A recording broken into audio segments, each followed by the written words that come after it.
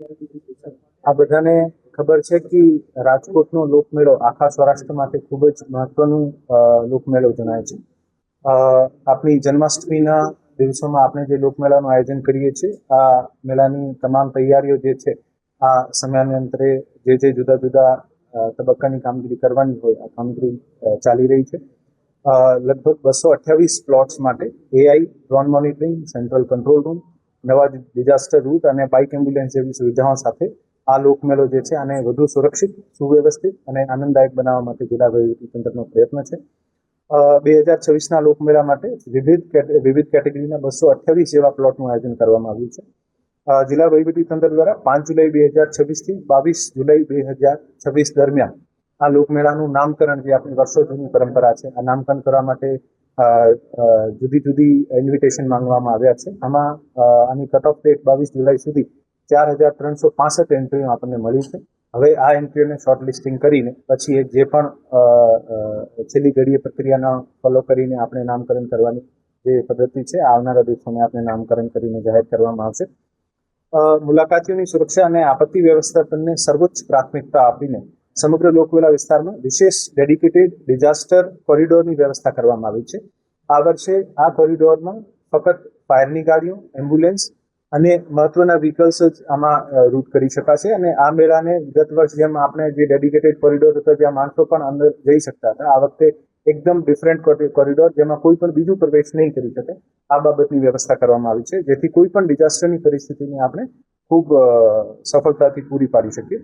સાથે સાથે 2 નવા ડિઝાસ્ટર રૂટ પણ બનાવવાની અત્યારે કામગીરી ચાલુ છે, જેથી આ વર્ષે આપણને 3 નવા ડિઝાસ્ટર રૂટ મળશે, જેથી કોઈ પણ અકસ્માતની સ્થિતિમાં આપણે આને ખૂબ સારી રીતે ક્રાઉડને મોબિલાઇઝેશન થઈને કોઈ પણ પેશન્ટ હોય અને સિક હોય આને પણ વ્યવસ્થિત રૂપે સારવાર માટે લઈ જઈ શકીએ છીએ.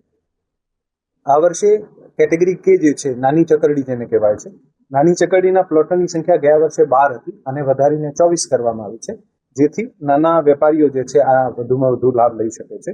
સાથે સાથે આ વર્ષે એક સેન્ટ્રલ કંટ્રોલ રૂમ કાર્યરત કરવામાં આવશે. ગયા વર્ષોમાં આપણે જોયું છે તમામ વિભાગના જુદા જુદા કંટ્રોલ રૂમ હતા. આ વર્ષે એક જ સેન્ટ્રલ જુદા જુદા વિભાગોના કંટ્રોલ રૂમ હશે જ્યાં આની બીજી વ્યવસ્થાઓ આ લોકો કરશે, પણ એક central command and control room હશે જ્યાં બધા વિભાગના અધિકારી એકસાથે બેસશે અને જેથી મેળામાં કોઈ પણ ઇન્ફોર્મેશન શેરિંગથી લઈને જે પણ આકસ્મિક પગલાં લેવાના હોય આપણે ઝડપથી લઈ શકીએ છીએ.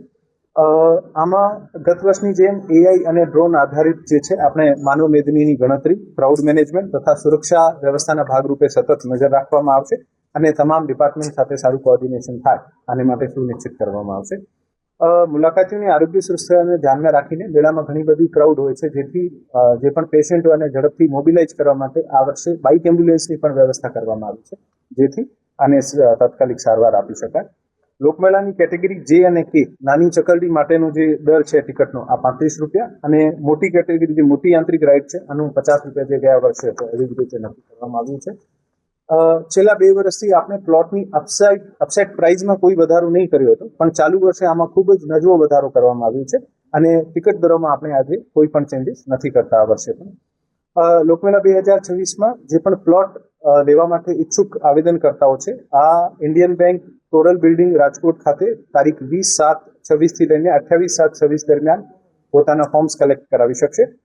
વિવિધ કેટેગરીના પ્લોટોની ફાળવણીની પ્રક્રિયા પારદર્શક રીતે હાથ ધરવા માટે કેટેગરી બી, સી, જે અને કે ના પ્લોટનો ડ્રો જે છે આ 1/8/2026 તારીખમાં અને કેટેગરી એ અને B1ની પ્લોટની હરાજી જે છે આ 4/8/2026ના તારીખે, કેટેગરી ઈ, એફ, જી, એચ ના પ્લોટની હરાજીની તારીખ 5/8/2026 અને કેટેગરી એક્સ ના પ્લોટની હરાજીની તારીખ જે છે 6/8/26ના રોજ યોજવામાં આવશે.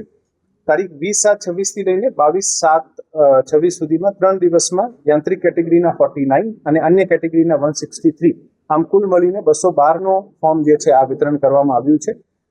વિતરણ કરાયેલ ફોર્મ પૈકી 20 તારીખથી આજ દિવસ સુધીમાં કુલ 8 ફોર્મ પરત થયેલ છે. આમાં નાના રમકડાના 5, કેટેગરી સી ના 1 ફોર્મ અને કેટેગરી એક્સ આઈસ્ક્રીમના 2 ફોર્મ મળ્યા છે.